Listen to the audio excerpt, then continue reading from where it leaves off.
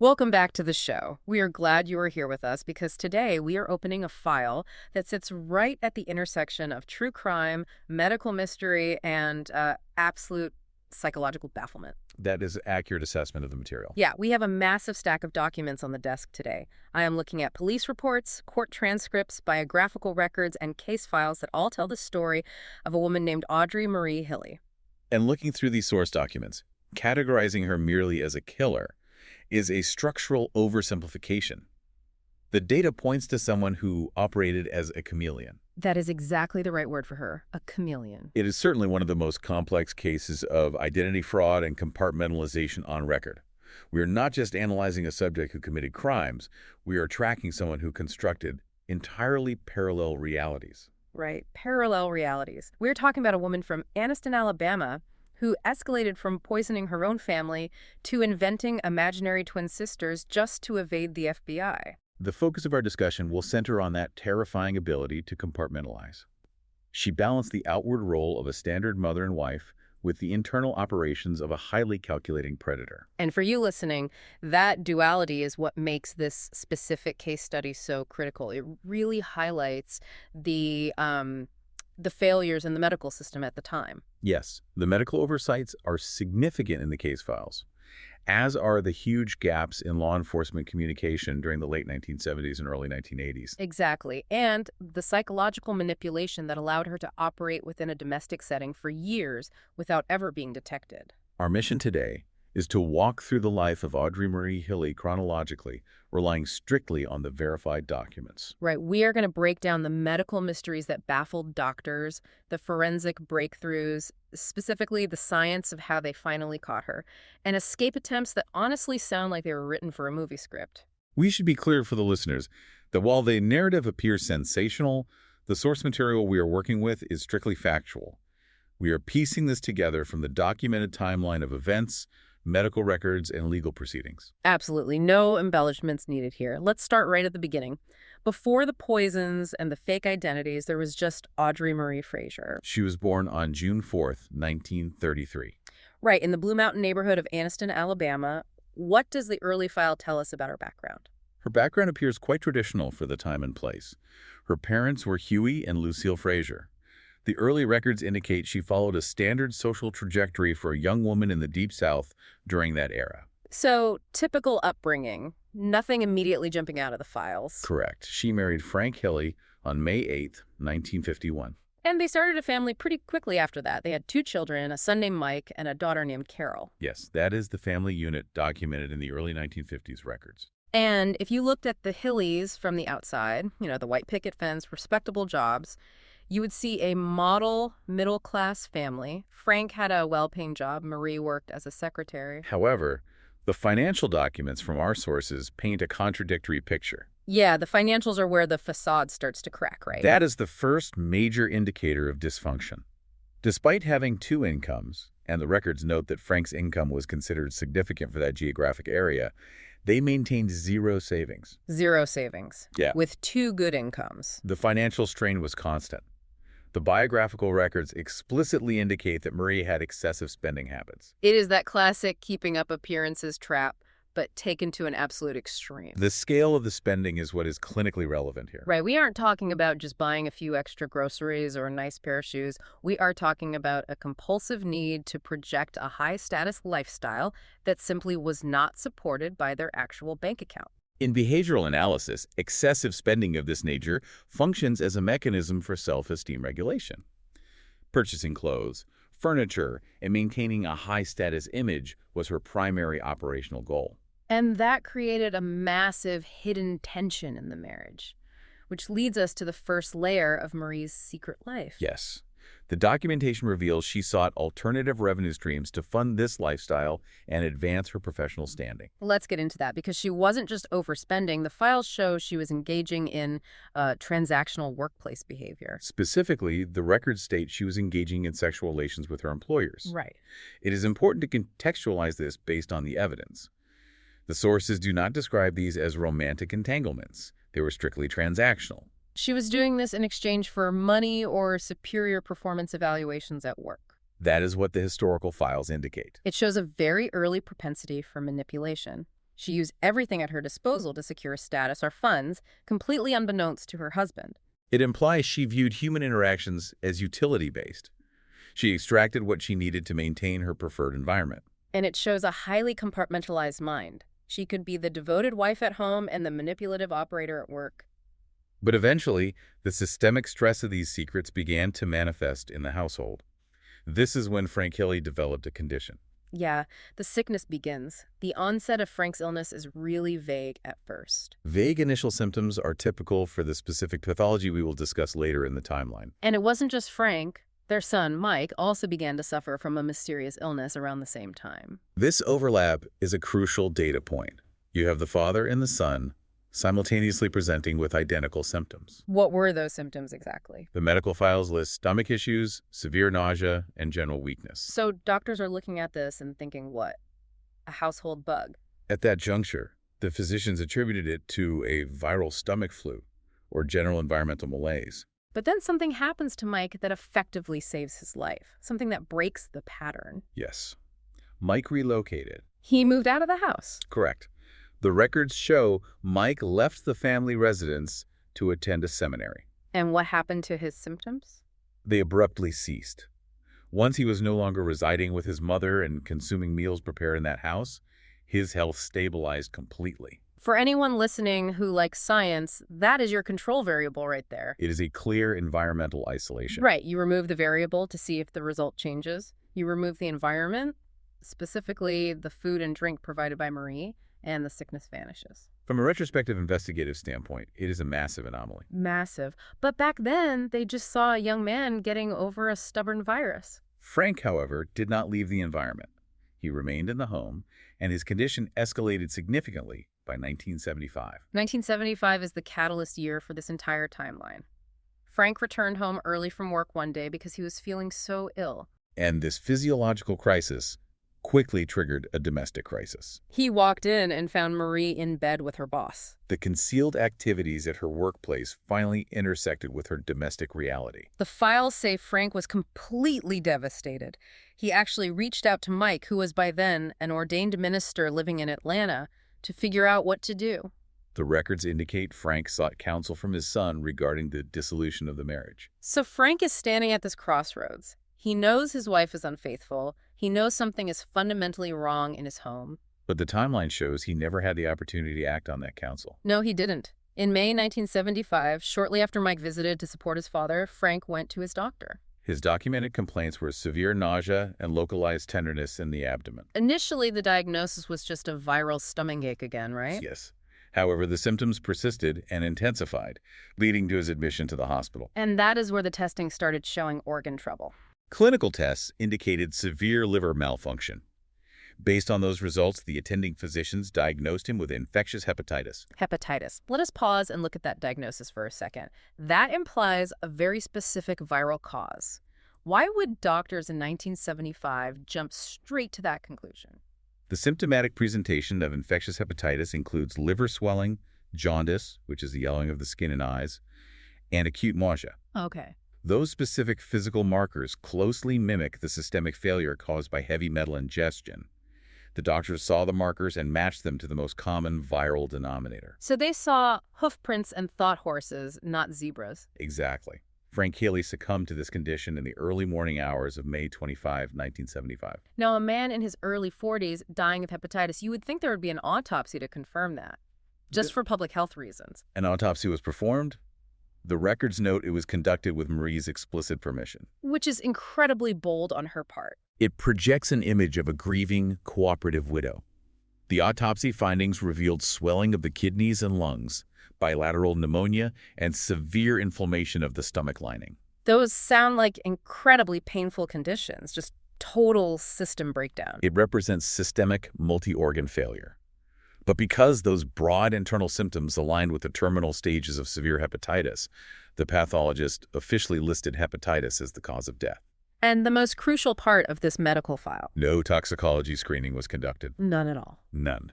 That right there is the gap in the system that allowed this to continue. They were looking for a disease, they found internal damage that matched the disease, and they closed the book. It is a standard example of cognitive bias in medical diagnostics. They did not test for toxins because they had no contextual reason to suspect poisoning in a seemingly normal suburban household. And with Frank gone, Marie Hilley was free to continue her lifestyle. And of course, there was a financial windfall. Yes, the financial records show a direct correlation. Marie had secretly taken out a life insurance policy on Frank shortly after his initial symptoms began. She redeemed that policy quickly, didn't she? She did. The payout amount was $31,140. Which, if you are listening today, might not sound like a motive for murder, but we have to adjust that for inflation to understand the true impact. Converted to current economic values, that sum is equivalent to over $186,000. That is a massive influx of cash. It completely freed her from the immediate financial pressures that were crushing their marriage. It stabilized her preferred standard of living. So she has the money, the husband is buried, the son is safe in Atlanta. The pattern actually goes dormant for a few years. The timeline shows a 3-year period of relative domestic inactivity regarding these specific crimes. But then, in 1978, she picks a new target. And this is where the files get really hard to read. She targets her daughter, Carol. Analyzing this from a psychological framework, this shift is highly significant. Eliminating a spouse is statistically common in financially motivated crimes. Right. Targeting one's own offspring, however, indicates a much more severe pathology. In 1978, Marie initiated a new life insurance policy on Carol. Let us break down the exact numbers on that policy because the structure of it is very revealing. The documents detail a base policy of $25,000. But there was a rider attached to it. Yes, an accidental death rider for an additional $25,000. This specific rider took effect in August of 1978. So if Carol dies under the right circumstances, the total payout jumps to $50,000. Which is roughly $250,000 in today's currency. $250,000 on the head of her own daughter.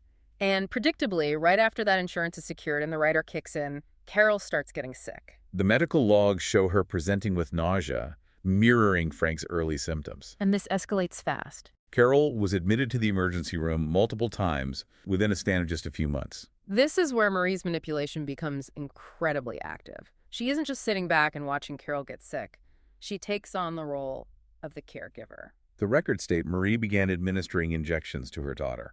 And what was she telling Carol these injections were for? Marie explicitly claimed the injections were medical treatments designed to alleviate the nausea. But the reality was the exact opposite. Biologically, the symptoms exacerbated immediately following these administrations.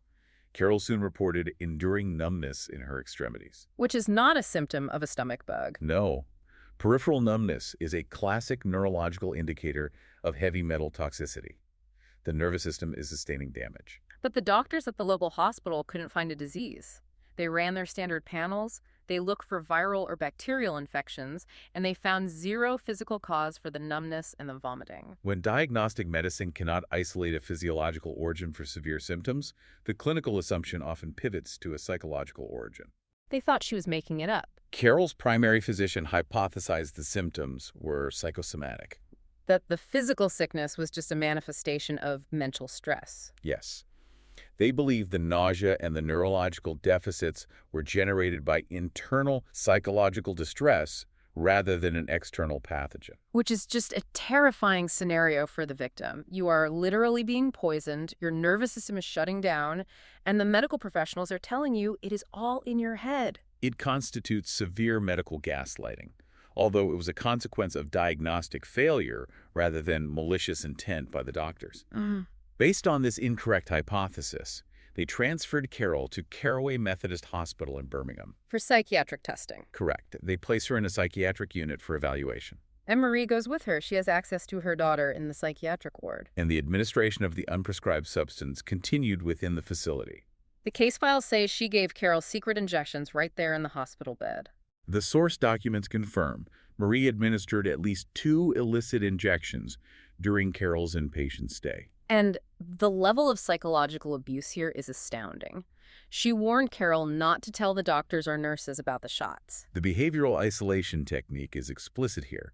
By instructing the patient to conceal the treatment, Marie consolidated her control over the environment. She is essentially telling her, the doctors don't understand your pain, they think you are crazy, only your mother can cure you. It is incredibly predatory. It continued for a month.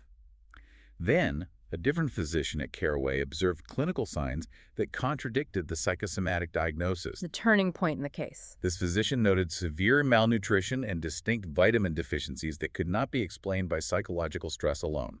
And he finally says the words they should have said years ago: heavy metal poisoning. He documented a formal clinical suspicion of heavy metal toxicity. But Marie is hypervigilant. She realizes the narrative is slipping out of her control. Her response was immediate. Upon learning of the physician's suspicion, she initiated a discharge for Carol against medical advice. She just pulled her out of the hospital that same afternoon. That is what the hospital records show. A discharge AMA against medical advice. But you can't just drag a severely deteriorating young woman out of a hospital and expect the problem to vanish. The physical damage was already done. The physiological decline was too advanced. The very next day, Carol required urgent medical intervention and was admitted to the University of Alabama Hospital. And this is where a completely unrelated event, you could call it coincidence, or maybe just bad karma, finally intervenes to stop the cycle. Marie was arrested by local law enforcement. But not for the poisoning. No. The arrest warrant was executed for the financial crime of check kiting. Let us explain check kiting briefly based on the case notes. In this specific instance, Marie had been writing fraudulent checks to the insurance company that held the policy on Carol's life. So she was paying the premiums with money she didn't have. Correct. Because the bank rejected the checks due to insufficient funds, the insurance policy had actually lapsed. The irony of that is just staggering. She was actively poisoning her daughter to collect on a $250,000 insurance policy that was essentially void because she bounced the premium checks. It highlights a significant failure in her overall organizational strategy. However, this arrest removed her from the hospital environment. Right. With Marie locked up in the county jail for fraud, the physicians at the University of Alabama finally had a clear runway. They could examine Carol without the mother hovering and manipulating the treatment. They immediately prioritized the heavy metal toxicity hypothesis proposed by the previous physician. They conducted a thorough neurological exam and documented the numbness in the extremities. And they found a very specific, undeniable symptom this time. The clinical notes highlight a condition known as foot drop. Break down foot drop for us. Why is that so significant? Foot drop is a muscular weakness or paralysis that prevents the patient from lifting the anterior portion of the foot.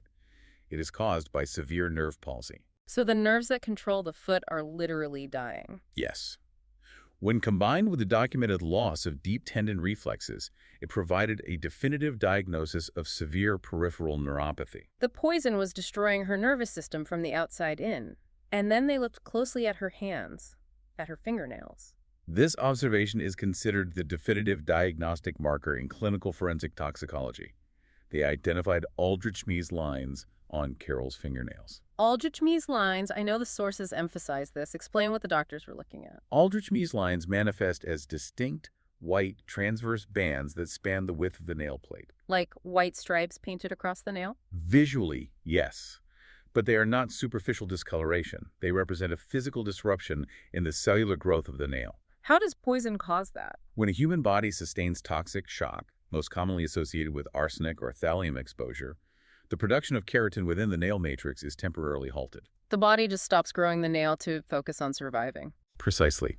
Once the acute toxic event passes, the nail resumes growth, leaving a visible band of abnormal tissue. So it is essentially like counting the rings on a tree, but you are tracking doses of poison. It provides a reliable chronological record of toxic exposure. The presence of these lines confirmed the diagnosis beyond any doubt. They knew exactly what they were dealing with now. On October 3rd, 1979, the Alabama Department of Forensic Sciences stepped in. They needed hard data to take to the police. The forensic team secured hair samples from Carol for laboratory analysis. Hair analysis is particularly valuable in these investigations because hair grows at a consistent, measurable rate. It creates a timeline. Yes. The toxicological analysis revealed arsenic concentrations near the scalp that were over 100 times the normal acceptable limit. Over 100 times the normal level. That is a lethal trajectory. However, the sections of hair furthest from the scalp, the oldest growth registered 0 arsenic. Which is a crucial detail for the criminal case. That proves this wasn't an environmental issue. It wasn't contaminated groundwater or living near a chemical plant. The concentration gradient proved the exposure was localized, recent, and progressive.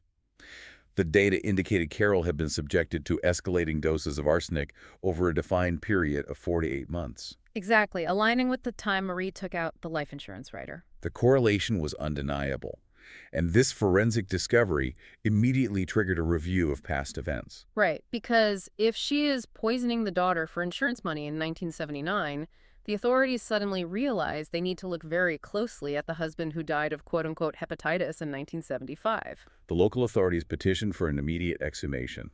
Frank Hilley's remains were exhumed that same day, October 3. What did the postmortem toxicology show after 4 years in the ground? Arsenic is a heavy metal. It does not degrade rapidly in organic tissue. The forensic examination of Frank's remains demonstrated arsenic levels between 10 and 100 times the normal baseline. So the medical mystery of 1975 is officially solved. The official conclusion was amended to state definitively that Frank Hilley died as a direct result of chronic arsenic poisoning. And Carol Hilley was currently surviving chronic arsenic poisoning. This completely shifted the legal landscape. Marie was sitting in jail for writing bad checks. On October 9, the charges were escalated. She was formally arrested and charged with the attempted murder of her daughter. And once the police had those charges, they started executing search warrants. The physical evidence they found just piled up rapidly. An inventory of Marie's personal effects at the time of her initial arrest included a small vial located in her purse. Laboratory testing confirmed the vial contained arsenic. She was carrying the murder weapon in her handbag. Furthermore, 2 weeks later, Frank's sister was sorting through items stored at the family home. She located a jar of commercial rat poison. And the chemical breakdown of that poison? The formulation contained 1.4 to 1.5% arsenic. It matched the toxicological profile. The files show that once this broke open, investigators realized the scope of Marie's actions was much wider than just her husband and daughter. The collateral damage was extensive. A secondary review of mortality records within her immediate circle was conducted.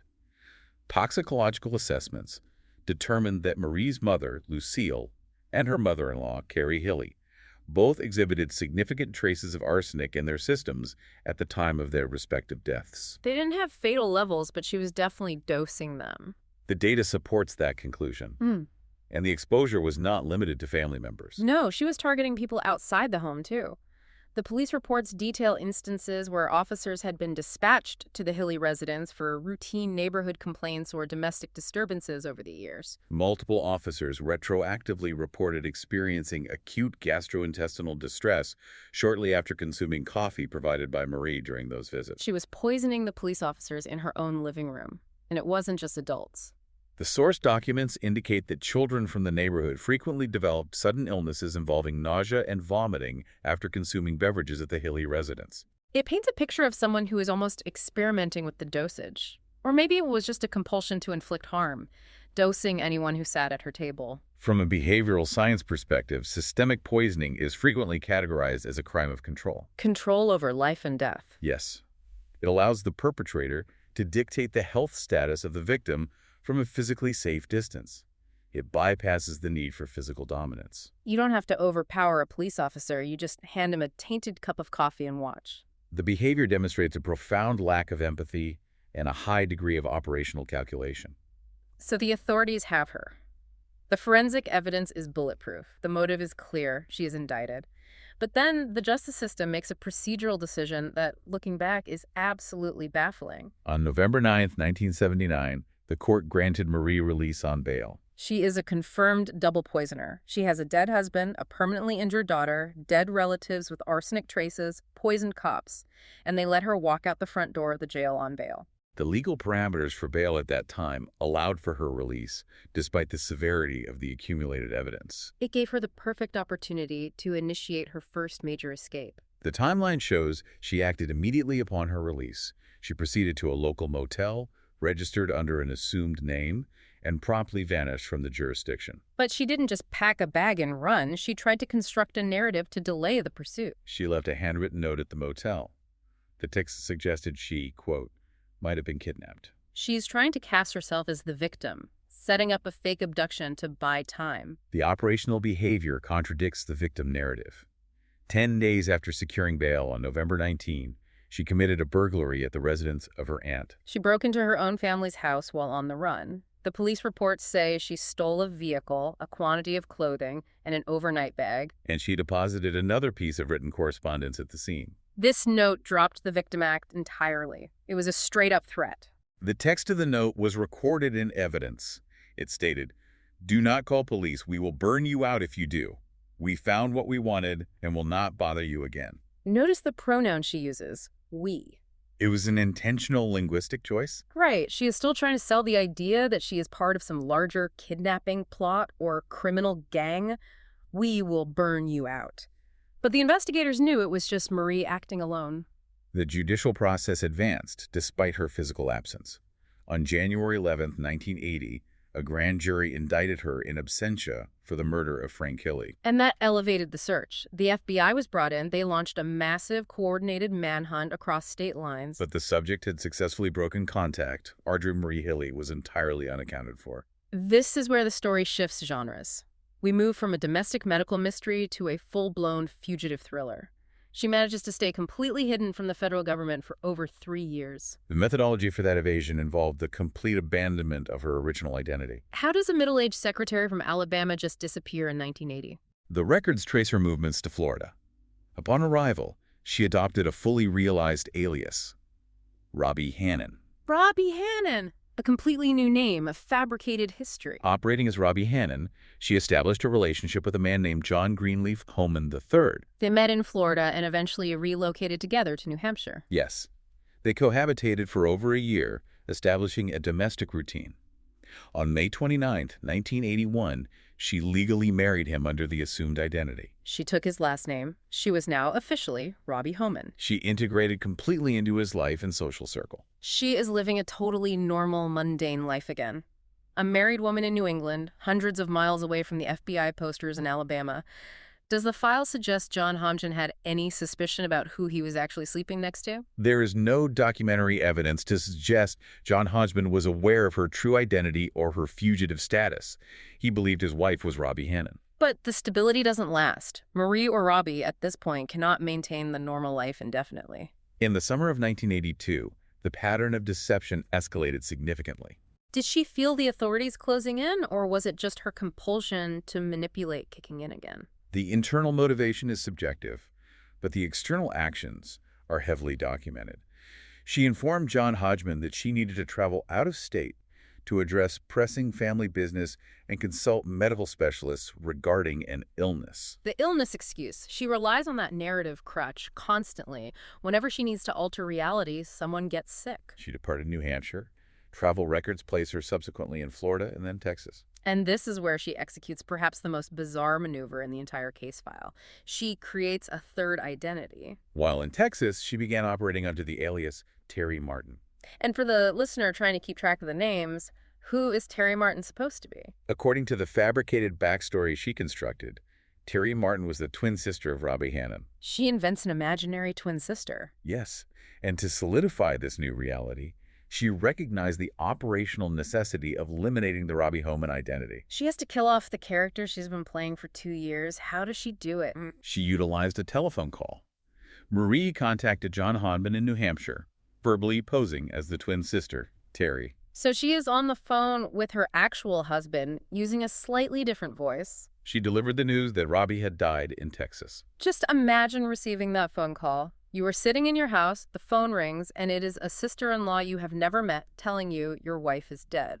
To prevent Hodgman from traveling to Texas to verify the death or attend to the remains, she added a specific logistical detail. Right, she has to make sure he doesn't come looking for a body. She informed him that there was no need to travel because Robbie's body had already been donated to medical science. Just incredibly cold, no funeral service, no physical body to bury, no closure for the husband, just she passed away and we gave her to a lab. It was a highly efficient method of erasing the identity without generating a paper trail of a burial. But then comes the twist that almost defies belief.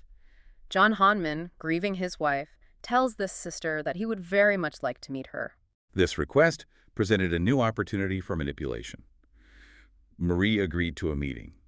She instructed Holman that he needed to put his wife's death behind him and focus on the future. And she decides she is going to be that future. She physically alters her appearance to play the role of her own sister. The physical transformation is documented in the case notes.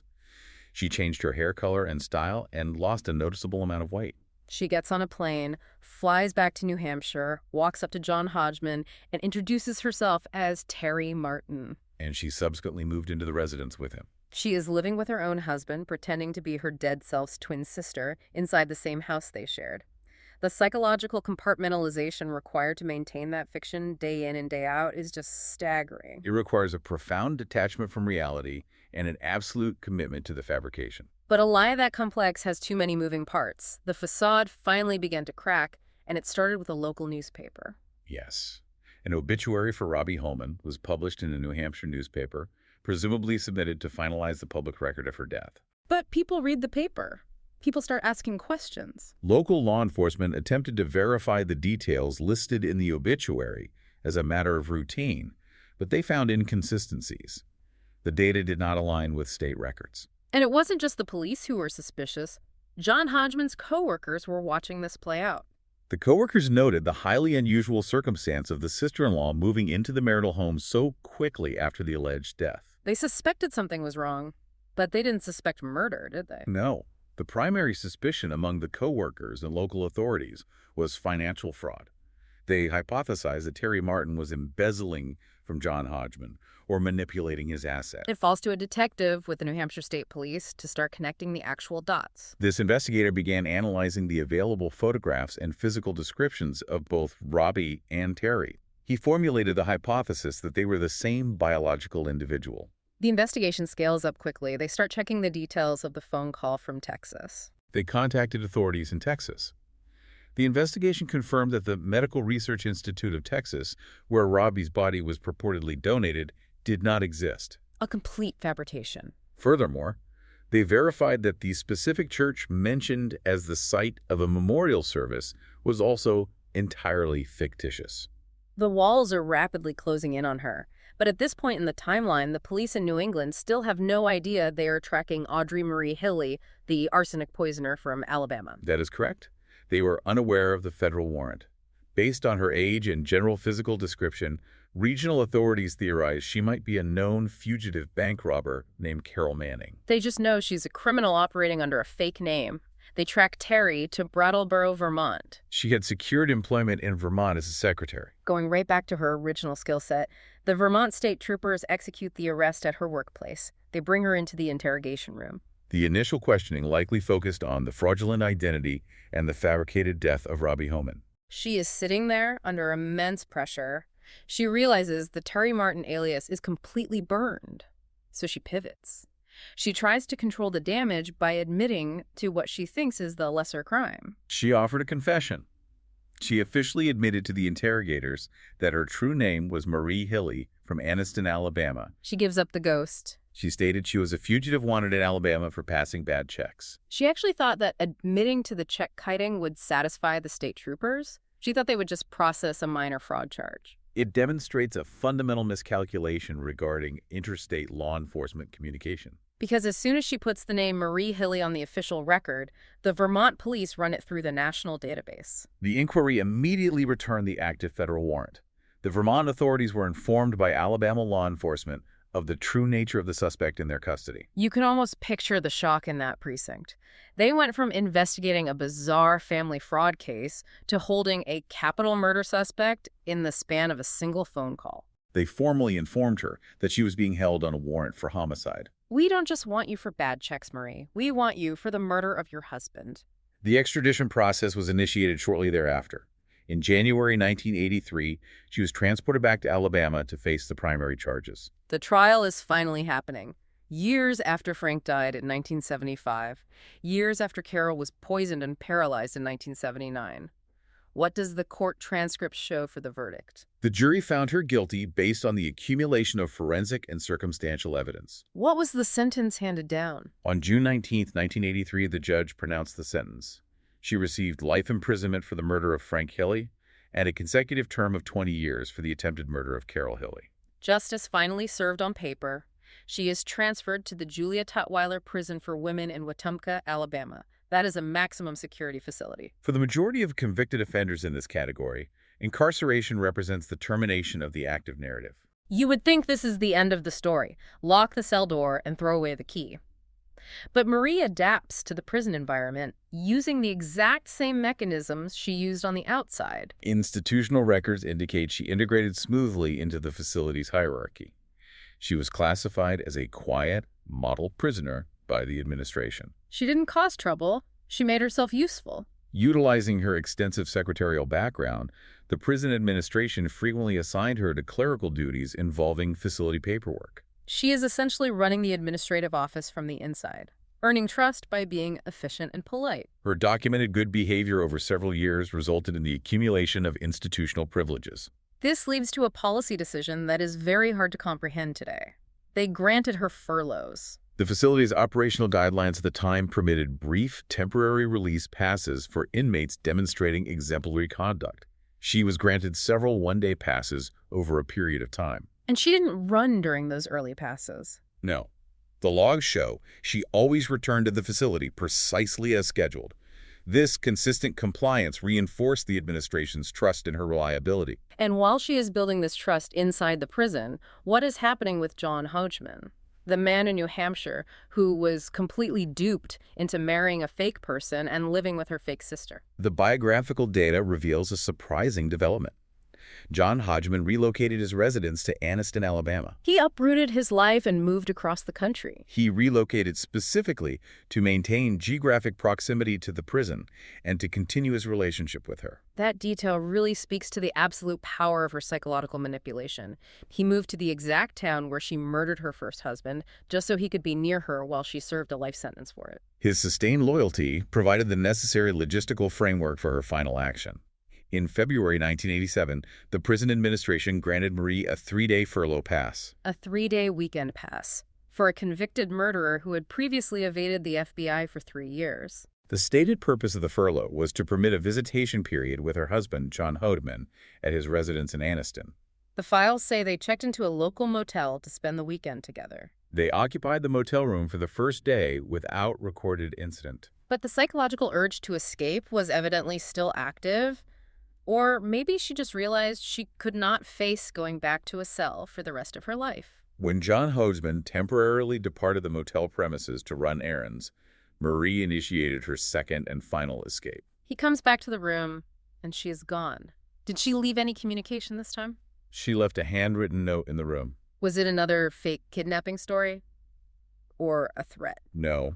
The contents of this note were a request for Hodgman's forgiveness for her sudden departure. Hodgman reads the note and immediately contacts the authorities. The alarm is raised. Law enforcement agencies mobilized, recognizing her established history of complex evasion tactics. So the manhunt starts all over again. The Black Widow of Anniston is on the loose.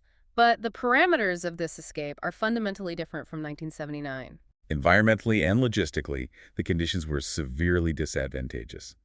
It was February. It was the middle of winter. Furthermore, the investigative reports suggest she lacked a prepared operational strategy. There was no pre-established alias waiting for her, no secured funds, and no safe house. She just ran out the door into the elements. Where did the search teams look? Local police established perimeters in the surrounding areas. However, she managed to evade immediate detection for 4 days. 4 days missing in February in Alabama. Where did they finally locate her? She was discovered on the back porch of a residential property in a rural section of Anniston. Just collapsed on a porch. A local resident found her. Yes. The homeowner discovered her and alerted the authorities. What condition does the medical report say she was in when they found her? The physical description provided by the responding units was severe. She was entirely covered in mud. Her clothing was saturated. The witness described her appearance as startling, specifically noting her disheveled state and long fingernails. She had completely deteriorated. Was she able to speak? Responders noted she was in a state of acute delirium. She was conscious, but unable to communicate coherently. So she had essentially been living wild in the woods behind the town. The subsequent coronial analysis theorized she had spent the entire 4-day period traversing the wooded areas on foot and occasionally crawling. And the weather records for that week in 1987? Meteorological data confirms frequent, heavy rainfall during that interval.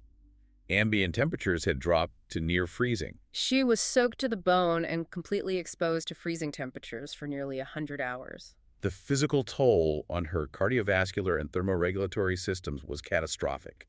Paramedics arrived and initiated emergency transport to the nearest medical center. But she didn't stay conscious for long.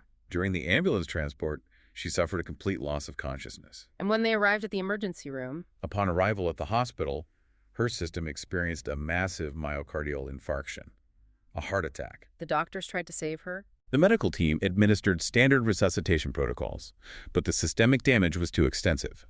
The attempts to revive her were unsuccessful. When did they call it? She was officially pronounced dead 3.5 hours after being discovered on the porch. And the official cause of death listed on the certificate. Acute hypothermia, compounded by prolonged environmental exposure. It is a remarkably grim and lonely end to this file. A woman who spent decades carefully manipulating everyone around her, crafting these intricate fake lives and alternate identities, ends up dying alone, covered in mud, freezing to death in the woods of her own hometown. The spatial trajectory of her life forms a closed loop. She was born in Anniston, she executed her primary crimes within Anniston, and she ultimately expired in the wilderness of Anniston while attempting to flee the judicial consequences of those actions. It is dark poetry, honestly. So as we look at this entire timeline we have laid out today, from the early financial issues in the 1950s marriage all the way to her death on that porch in 1987, what is the definitive takeaway from the data? The most prominent aspect of the data is the sheer magnitude of collateral devastation she engineered. Right.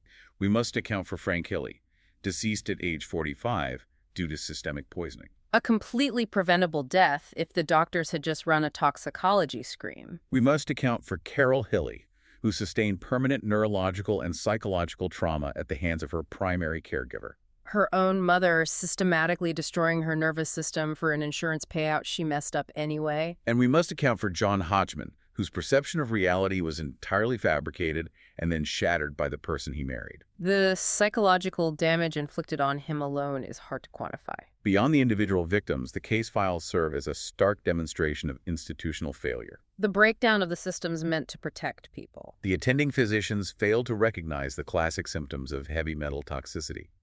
The financial institutions failed to flag the suspicious insurance policies. And the prison administration literally gave a weekend pass to a convicted murderer who had a proven track record of interstate evasion. It provides a clear case study, validating the necessity of interagency communication and rigorous diagnostic protocols. If cross-referencing between medical data and financial records had been standard practice, the timeline of events would have been significantly truncated. It is a chilling reminder for you listening that danger does not always present itself as an obvious threat. Sometimes the most dangerous element in a person's life is a polite, well-dressed secretary who volunteers to bring coffee to the neighbors. The most effective deceptions are those executed within the parameters of expected domestic normality. We have walked through the financial strain, the arsenic poisoning, the misdiagnoses, the check kiting, the forensic hair analysis, the fake twin sister from Texas, the trial, and the final freezing days in the woods. It is a massive amount of historical and medical data to process. The documentation presents a dense and tragic sequence of events. It really does. I hope this discussion sheds some light on the exact mechanics of how a deception of this scale was technically possible in that era. It is a very dark chapter in the files, but it is one that is absolutely worth understanding so we can see how the systems failed and how the science finally caught up. The analysis of these failures is essential for preventing structural recurrence. I couldn't agree more. Thanks for listening.